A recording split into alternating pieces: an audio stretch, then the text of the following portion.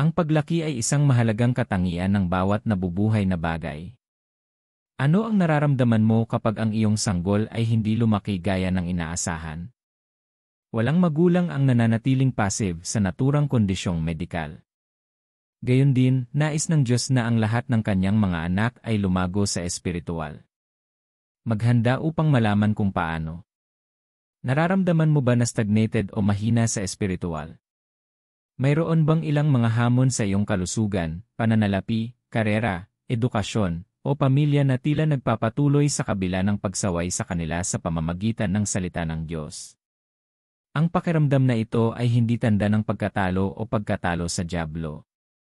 Ito ay isang palatandaan na kailangan mong umunlad sa espiritual at dagdagan ang iyong otoridad sa bawat pakana ng kaaway. Unawain na mayroong isang hierarchy sa espiritu.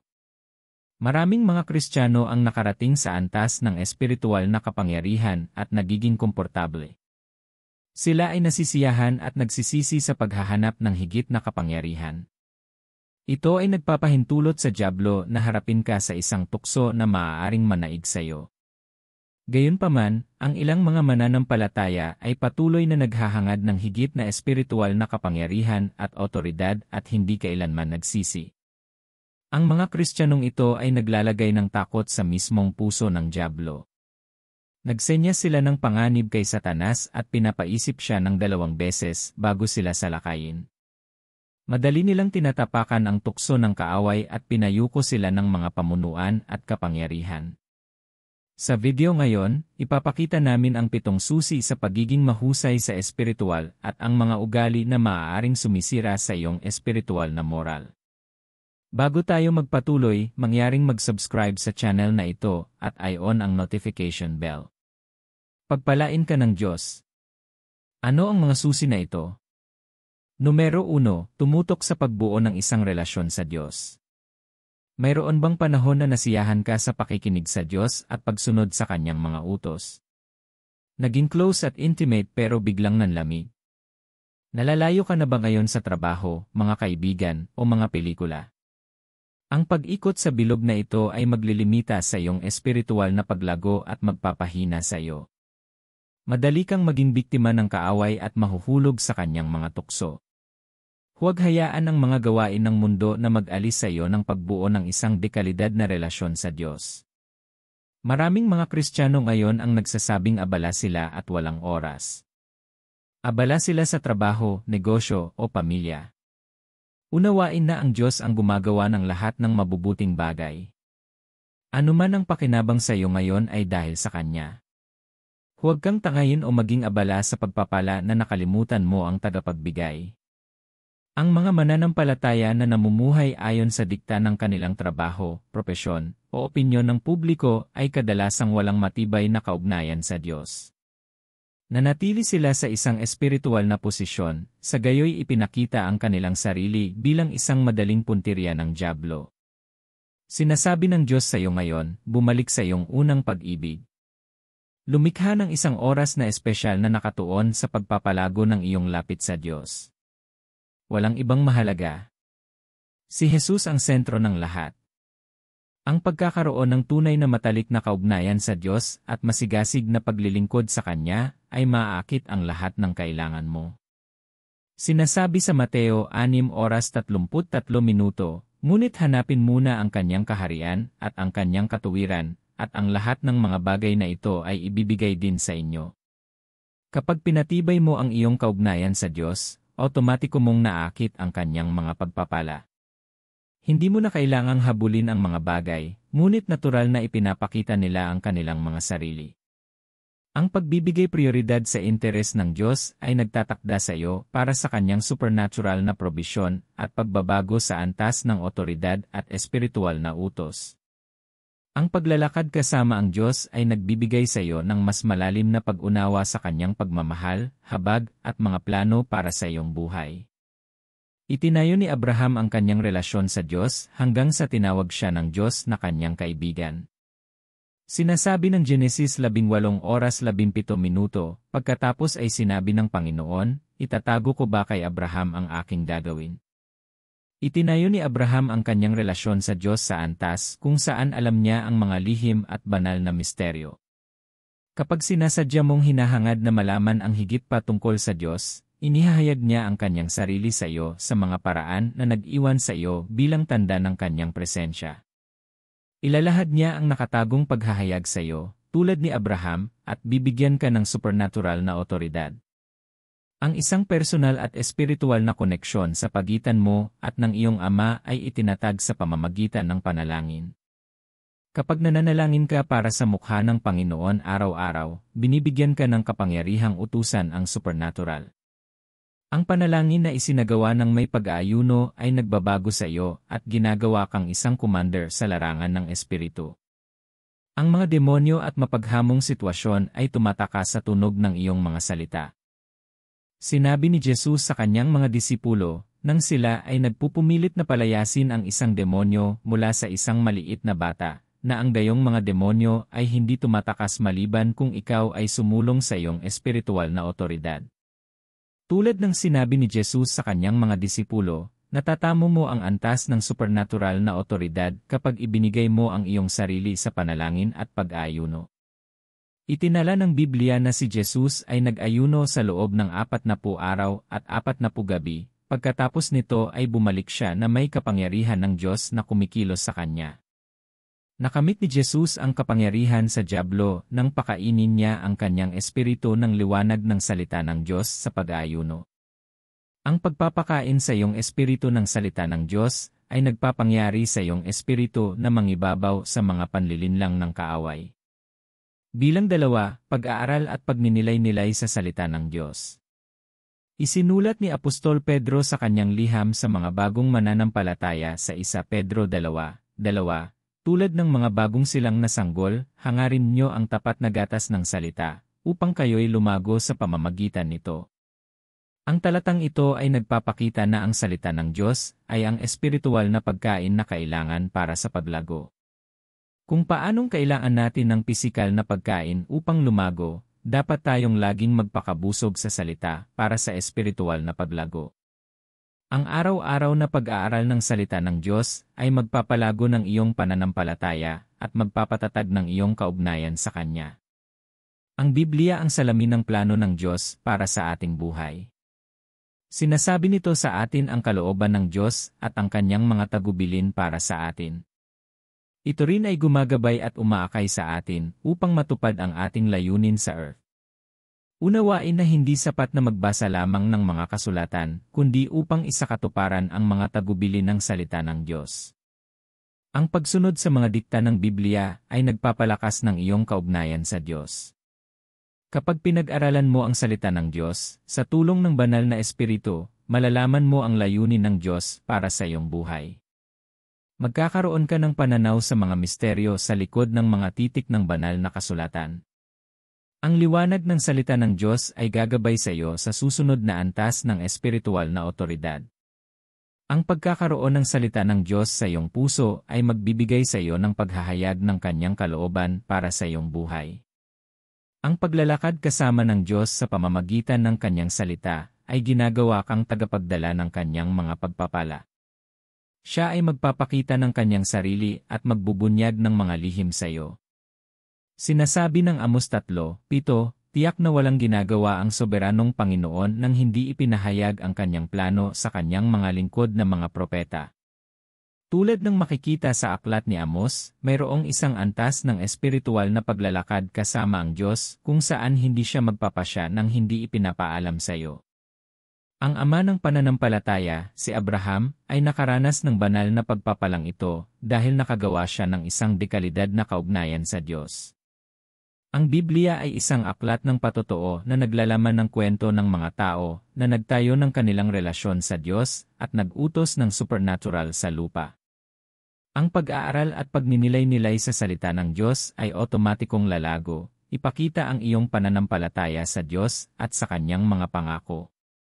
Ang katapatan at pagpapakita ng kapangyarihan ng Diyos sa buhay ng mga taong bumuo ng dekalidad na kaugnayan sa Diyos sa mga banal na kasulatan ay agad na magpapalaki ng iyong tiwala sa Kanya at ilalagay ka para sa Kanyang mga pagpapala. Ang salita ng Diyos ang iyong matatag na pundasyon sa panahon ng mga bagyo o tila napakabigat na sitwasyon. Ang pagkakaroon ng salita ng Diyos sa iyong puso ay nagpapatibay sa iyo sa harap ng mga pakana at tukso ng dyablo. Ang paghawak ng matatag sa pagninilay ng mga banal na kasulatan ay nagbibigay sa iyo ng paghahayag ng kanyang salita at naghahayag ng iyong espiritual na otoridad kay Kristo. Kapag ang mga banal na kasulatan ay naging bahagi mo, ang iyong utos sa daigdig ng mga espiritu ay naitatag. Ang salita ng Diyos ay magiging kanlungan para sa iyo sa mga panahon ng bagyo at isang sistema ng suporta sa mga oras ng panghihina ng loob. Manabik na hanapin ang liwanag ng mga banal na kasulatan araw-araw sa pamamagitan ng pag-aaral at pagninilay-nilay ng salita ng Diyos. Sa paggawa nito, bubuo ka ng matatag na relasyon sa Diyos batay sa kanyang salita at mangibabaw sa bawat pag-atake ng kaaway. Bilang 3, sundin ang salita ng Diyos. Ang isa pang susi sa pagiging dakila sa espiritual ay ang pagsunod. Nangangahulugan lamang ito ng paghahanap sa kalooban ng Diyos kaysa sa iyong mga hangarin, pamilya, kaibigan, at opinyon ng publiko.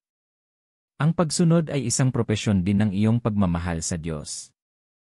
Sinasabi ng Deuteronomio 5 oras 10 minuto, ngunit nagpapakita ng pag-ibig sa 1,000 salinlahi ng mga umiibig sa akin at tumutupad ng aking mga utos. Ang pagsunod sa mga utos ng Diyos, na makikita sa mga banal na kasulatan, ay nagpapakita ng iyong pagmamahal sa Diyos. Ang pagsunod sa mga tagubilin ng Diyos ay nagtatayo ng iyong kaugnayan sa Kanya at nagpapalago sa iyo sa espiritual. Itinala ng Biblia na si Abraham ay isang tao, lalaking sumunod sa Diyos anuman ang sitwasyon o kahirapan na dala ng mga tagubilin ng Diyos. Siya ay tinawag palabas sa bahay ng kanyang ama patungo sa isang kakaibang lupain, at siya ay sumunod. Hiniling sa kanya na ihiwalay ang kanyang sarili kay Lot, na nakagambala sa kanya upang marinig ang tinig ng Diyos, at siya ay sumunod. Hiniling sa kanya na isakripisyo ang kanyang kaisa-isang anak na si Isaac, at siya ay sumunod. Ang radikal na pagsunod ni Abraham ay naglalarawan ng kanyang hindi natitinag na pananampalataya sa Diyos. Ang pagsunod ng ama ng pananampalataya ay naglagay sa kanya bilang kaibigan ng Diyos, gaya ng nakasaad sa mga banal na kasulatan. Ang pagsunod ni Abraham ay nagtapos sa kanya sa isang larangan ng espiritual na kaunawaan. Inihayag ng Diyos ang mga lihim sa kanya at ginawa siyang pagpapala sa kanyang henerasyon. Ang iyong pagsunod sa Diyos ay magpapabago sa iyo na maging isang commander ng supernatural at ilipat ang iyong espiritual na otoridad sa isang mas mataas na antas ng kapangyarihan. Maaaring hindi laging madali ang pagsunod sa salita ng Diyos. Maaaring ito ay mahirap at mahirap.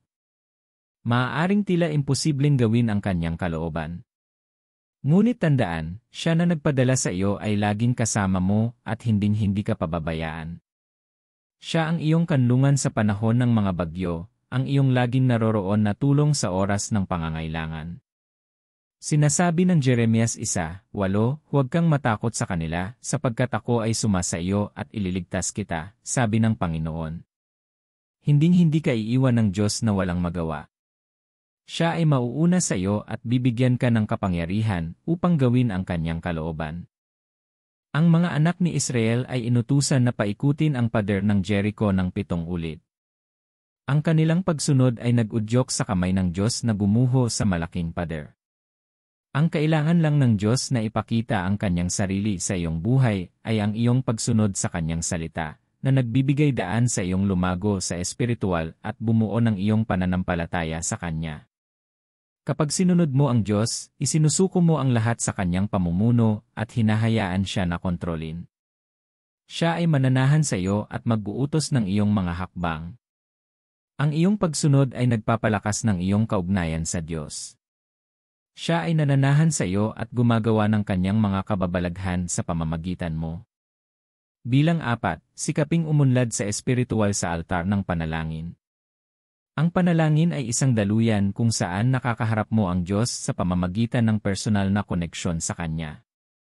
Ang buhay panalangin ng maraming mananampalataya ngayon ay lumamig, sa gayoy nagbibigay ng daan sa dyablo upang pahirapan sila.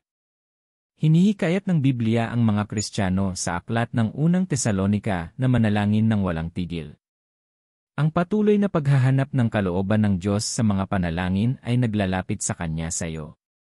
Siya ay mananatili sa iyo at bibigyan ka ng mga sagot sa mga naisin ng iyong puso.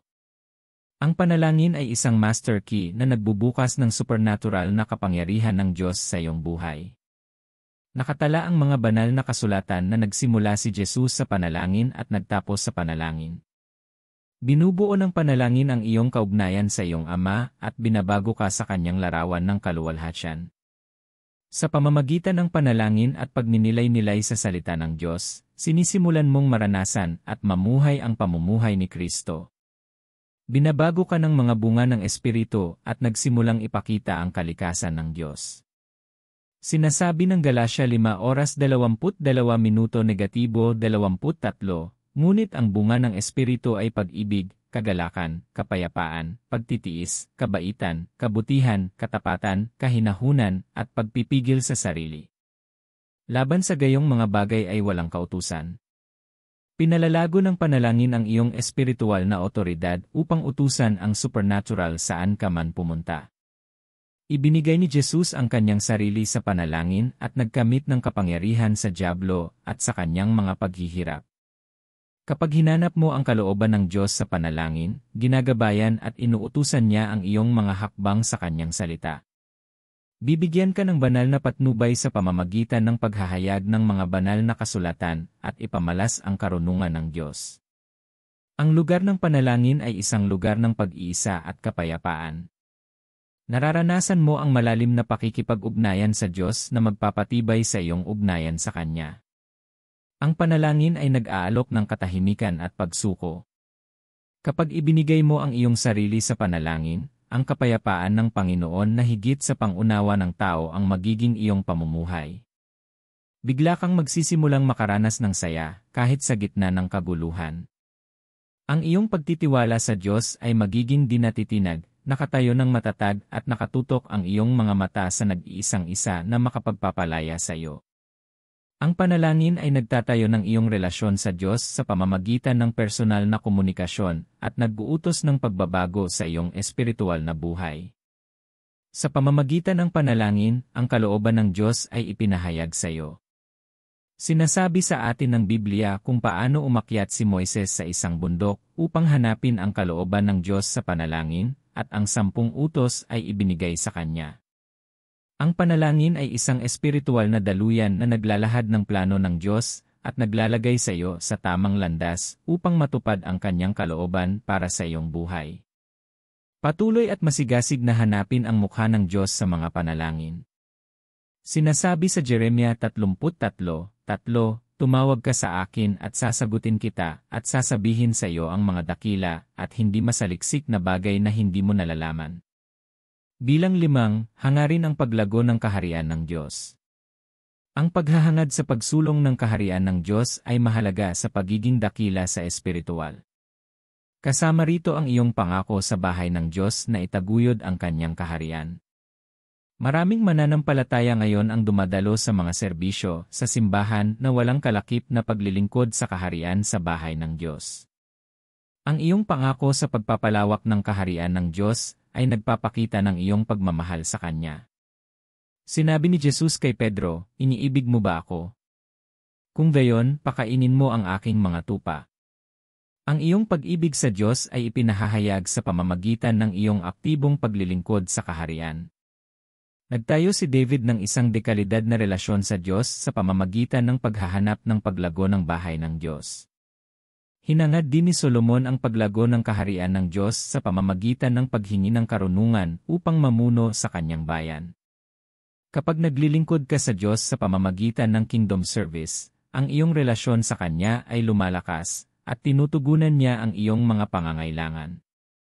Sinasabi sa atin ng Biblia sa aklat ni Mateo na hanapin ang kaharian ng Diyos at ang kanyang katuwiran, at lahat ay idaragdag sa atin. Kapag ginawa mong prioridad ang interes ng Diyos, ibinibigay niya ang iyong mga pangangailangan. Ang kingdom service ay nagpaparami sa iyong pagpapala at nagpapanatili sa iyong buhay. Sinasabi sa atin ng aklat ng Eksodo na maglingkod sa Diyos, at pagpapalain niya ang ating tinapay at tubig at aalisin ang sakit sa ating gitna. Ang mga mananampalataya na masigasig na naglilingkod sa Diyos sa kanyang kaharian ay walang anumang magandang bagay. Nararanasan nila ang kanyang mga pagpapala at nabuo ang kanilang relasyon sa Diyos. Ang iyong patuloy na paglilingkod sa Diyos sa kanyang tahanan ay akit sa kanyang presensya. Ang paghahangad sa paglago ng kaharian ng Diyos sa pamamagitan ng pag-ebanghelyo, pagtatrabaho sa simbahan, o pakikilahok sa mga proyekto sa pagtatayo ng simbahan, ay nagbibigay sa iyo ng liwanag sa iyong mundo. Itinala ng kasulatan ang malaking kagalakan sa langit sa bawat kaluluwang dinala sa kaligtasan. Inuna ni Jesus ang pagliligtas sa mga hindi mananampalataya at pagdadala ng liwanag sa kadiliman. Iiwan niya ang 99 na tupa upang iligtas ang isang nawawalang tupa. Sinabi ni Jesus sa kasulatan na hindi siya naparito para sa mga matuwid, kundi para sa mga makasalanan. Ang layunin niya ay italikod ang marami sa kasalanan at dalhin sila sa kaligtasan, gaya ng sinabi sa kasulatan. Ang pare-pareho at masigasig na serbisyo sa kaharian ay bubuo ng iyong kaugnayan sa Diyos at magbibigay sa iyo ng supernatural na probisyon sa lahat ng bahagi ng iyong buhay. Ito ay magpapabago sa iyo sa isang bituin na mas maliwanag hanggang sa pagdating ni Kristo. Hayaang magbunga ang iyong paglilingkod sa Diyos mula sa isang masayahin at mapagmahal na puso upang gawin ang kalooban ng Diyos at makita ang mga kaluluwang naligtas sa kaharian ng Diyos. Ang mga ito ay agad na magpapalago sa iyo sa espiritual at magpapalakas ng iyong relasyon sa Diyos. Bilang 6, hangarin na makilala ang Diyos sa pamamagitan ng mga pinahirang aklat.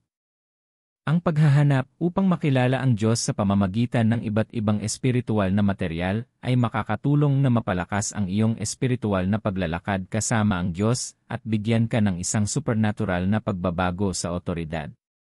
Maraming pinahirang aklat ang magsasabi ng kaalaman sa Diyos sa iyo at sa kanyang mga plano para sa iyong buhay. Ang mga aklat na ito ay maglalahad, magpapaliwanag, at magbibigay sa iyo ng mas mabuting pangunawa sa salita ng Diyos. Katulad ng Biblia, ang Espiritu Santo ang nagbigay ng inspirasyon para isulat ang mga aklat na ito. Sa makatuwid, ang nilalaman ng mga libro ay magiging pagbabago ng buhay. Ang paghahanap na makilala ang Diyos sa pamamagitan ng mga pinahirang aklat ay maaaring makatutulong ng malaki sa iyong espiritual na paglago. Ang mga pinahirang aklat ay nagbibigay ng paghahayag at pananaw sa katangian, kalikasan, at mga plano ng Diyos na tumutulong sa iyong magkaroon ng mas malalim na pangunawa sa Kanya. Habang nagbabasa ka tungkol sa pakikipag-ugnayan ng Diyos sa iba, mauunawaan mo ang Kanyang pakikilahok sa buhay ng mga tao, na nagpapatibay ng mas malalim na koneksyon at lapit sa Kanya.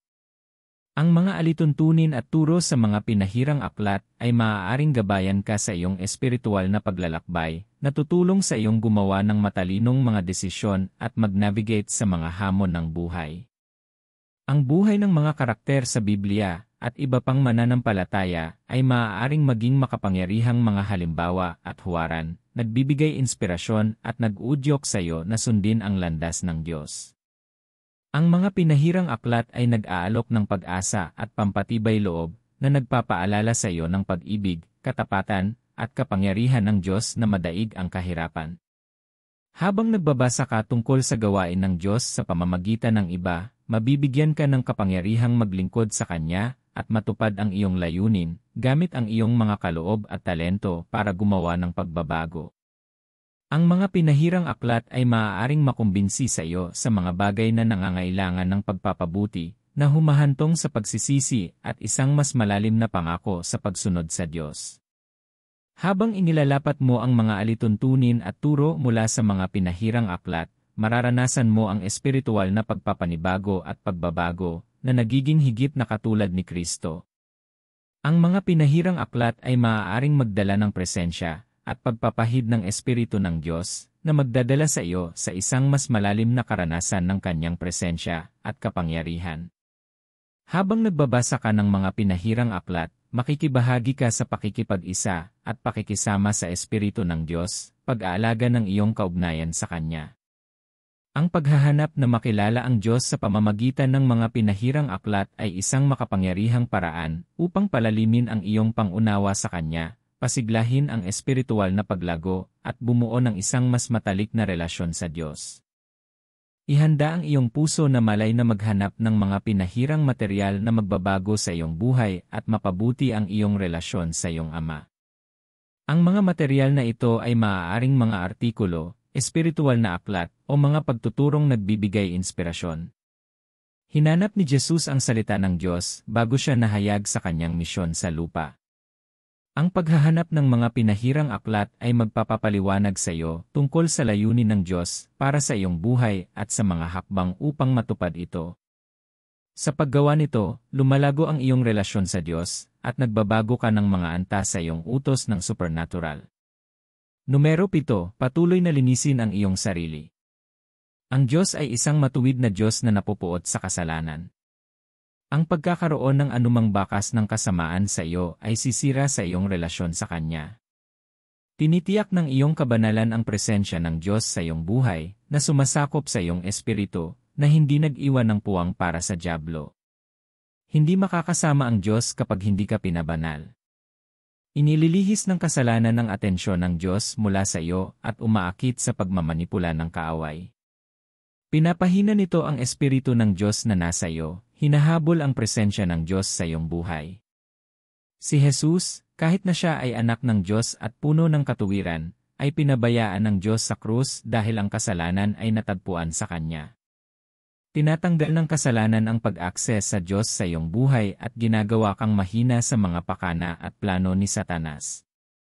Madali mong inuutusan ang kanyang presensya kapag palagi mong hinahanap ang Diyos na may buhay ng katuwiran.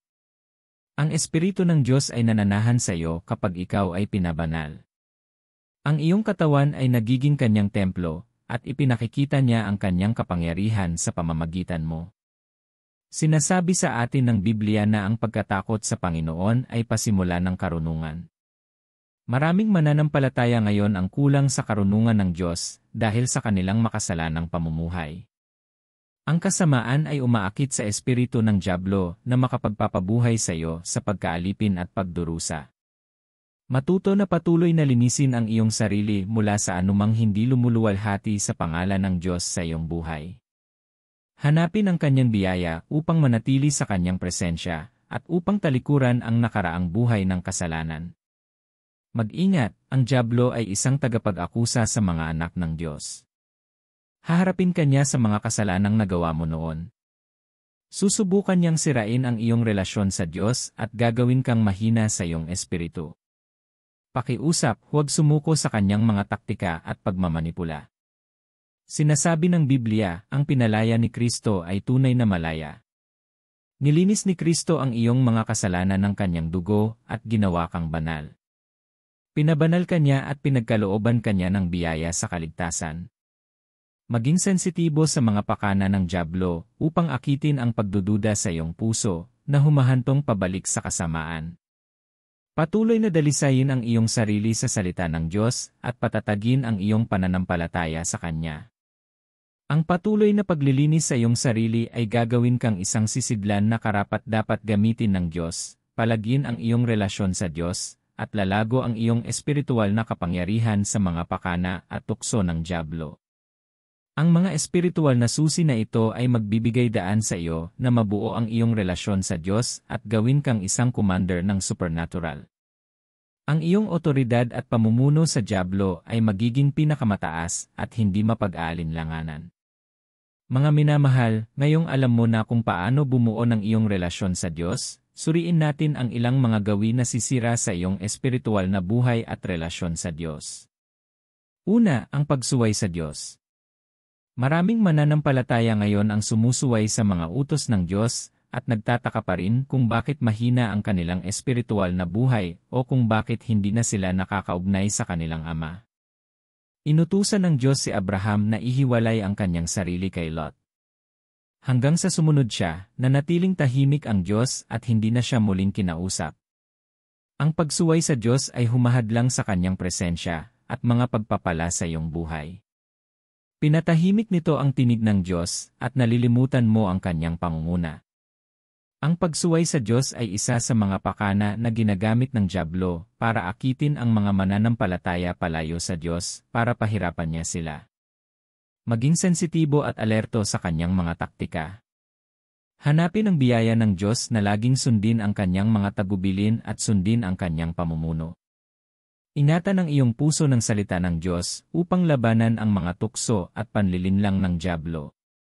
Ang salita ng Diyos ang iyong kalasag na nagpoprotekta sa iyo laban sa mga panlilinlang ng dyablo. Tinitiyak ka nito at inihahayag ang layunin ng Diyos para sa iyong buhay. Hayaan ang iyong pagsunod sa Diyos na maging palagi at hindi natitinag kahit sa gitna ng mga pagsubok at hamon. Laging maging handa na kumilos ayon sa dikta ng salita ng Diyos. Gaya ni Abraham, hayaang ang pananampalataya mo sa Diyos ang magpakilos sa iyo na sundin ang kanyang salita. Ang plano ng Diyos para sa iyo ay mabuti at hindi masama. Ang kanyang mga tagubilin ay gawin kang matupad ang iyong layunin at maging isang pagpapala. Ang kakulangan ng pananampalataya ay ang susunod na ugali na maaaring sirain ang iyong espiritual na buhay. Sa gitna ng mabagyong sitwasyon, magtitiwala ka ba sa Kanya?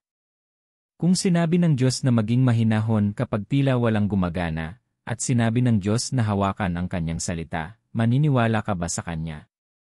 Ang iyong di natitinag na pananampalataya ay maglalabas ng kapangyarihan ng langit sa iyong direksyon upang matugunan ang iyong mga pangangailangan. Matibay ang pananampalataya ni Job sa Diyos sa gitna ng mapanghamong sitwasyon na kinaharap niya. Nagtiwala siya sa Diyos at sa Kanyang mga pangako. Pinatunayan ng Diyos ang kanyang sarili sa buhay ni Job at ibinalik ang doble ng anumang nawala sa kanya. Patatagin ang iyong pananampalataya sa Diyos sa pamamagitan ng araw-araw na pag-aaral at pagninilay ng mga banal na kasulatan.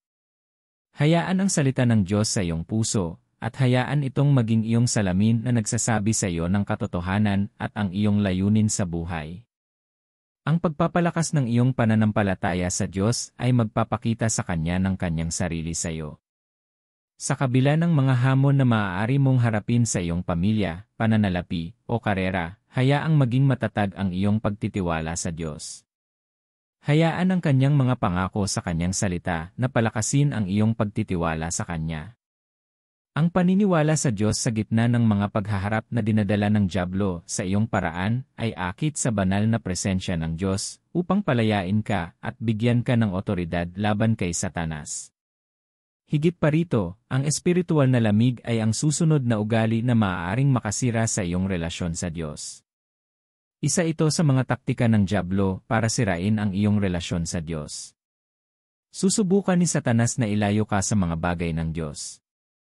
Aabalahin ka niya sa iba pang mga aktibidad na nagbibigay daan sa oras para sa Diyos. Susubukan niyang gambalain ka mula sa pagdarasal, pag-aaral ng salita ng Diyos, o paglilingkod sa Diyos sa Kanyang kaharian.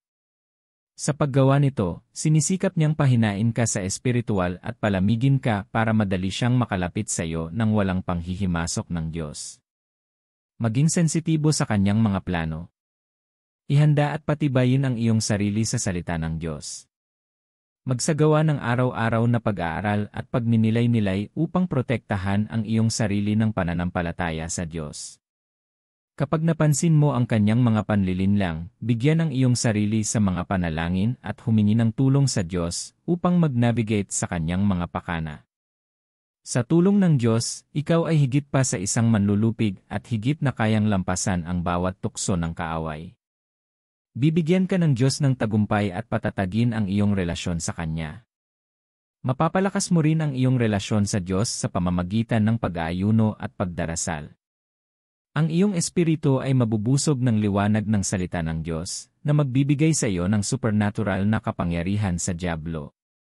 Ang iyong otoridad sa kaharian ng espiritu ay lalakas upang yurakan ang mga pag-atake ng kalaban. Bilang karagdagan, ang susunod na ugali na maaaring makasira sa iyong espiritual na relasyon sa Diyos ay kasalanan. Ang kasamaan ay naghihiwalay sa iyo sa Diyos at ginagawa kang biktima ng dyablo. Inililihis ka nito mula sa presensya ng Diyos at ginagawa kang isang sangla sa mga kamay ng dyablo. Susubukan ka ng kaaway na akitin ka sa kasalanan sa pamamagitan ng tukso at pagdududa sa Diyos. Huwag magpadala sa kanyang mga taktika. Ingatan ang iyong puso ng salita ng Diyos at palakasin ang iyong pananampalataya sa Diyos. Patuloy na linisin ang iyong sarili sa anumang maaaring sumalungat sa presensya ng Diyos sa iyong buhay. Linisin ang iyong sarili mula sa bawat nakaraang buhay ng kasalanan at isuko ang lahat sa Diyos. Ang pagsuko ng lahat sa Diyos ay nangangailangan ng paglalaan ng lahat ng ito sa paanan ni Kristo, ang iyong mga pasanin, pagkakasala, at kahihiyan.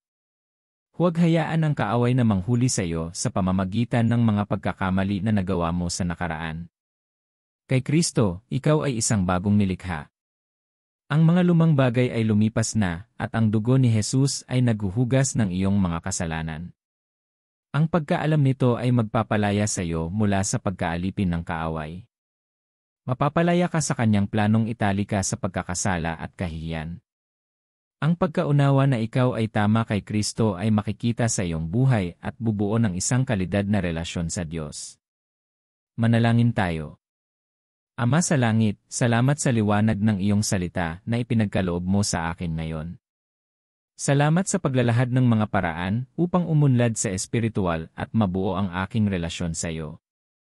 Pinagpapala ko ang iyong banal na pangalan. Maawaing Diyos, salamat sa paglalahad ng mga ugali na maaaring makasira sa aking relasyon sa iyo at magpapalamig sa akin sa espiritual. Ama, salamat sa walang katapusang pagmamahal at awa na ipinakita mo sa akin ngayon sa iyong mga salita. Salamat sa paghahayag kung paano ako lalago sa espiritual at magkakaroon ng otoridad at paghahari sa dyablo. Ang pagmamahal mo sa akin ay walang kondisyon. Salamat, Panginoon. Panginoon, bautismuhan mo ako ng biyaya upang bumuo ng isang kalidad na relasyon sa iyo. Bigyan mo ako ng pananabik na malaman ang higit pa tungkol sa iyo at sa iyong mga plano para sa aking buhay at mahalin ang gusto mo. Ama sa langit, sa tulong ng banal na espiritu, itanim sa loob ko ang mga bunga ng banal na espiritu. Hayaan silang mahayag sa aking buhay. Hayaang ipakita ng aking pagkatao ang kalikasan ni Kristo. Maawain Diyos, bigyan mo ako ng biyayang hanapin ang iyong salita araw-araw. Naway ang iyong salita ang maging gabay ng aking buhay na magtuturo at mag-uutos sa aking mga hakbang. Habang pinag-aralan ko ang iyong salita, ihayag mo sa akin ang mga nakatagong lihim ng mga banal na kasulatan. Bigyan mo ako ng pangunawa at ipakita sa akin ang mga misteryo sa likod ng mga titik. Ama, bautismuhan mo ako ng biyaya upang hanapin ang pagsulong ng iyong kaharian. Hayaang maging pamumuhay ko ang pamamahala sa kaharian. Dalangin ko na gawin mo akong liwanag sa aking mundo. Habang inuuna ko ang iyong interes, ilayo mo ako sa anumang makahahadlang sa akin sa iyong presensya. Alisin ang anumang hindi nagbibigay ng kaluwalhatian sa iyong pangalan, Panginoon, sa pangalan ni Jesus. Amen. Salamat sa panonood. Kung ito ay tumutugon sa iyo, ibahagi ito sa iba at mag-subscribe sa aming channel upang ma-enjoy ang higit pang mga video tulad ng isang ito. Pagpalain ka ng Diyos.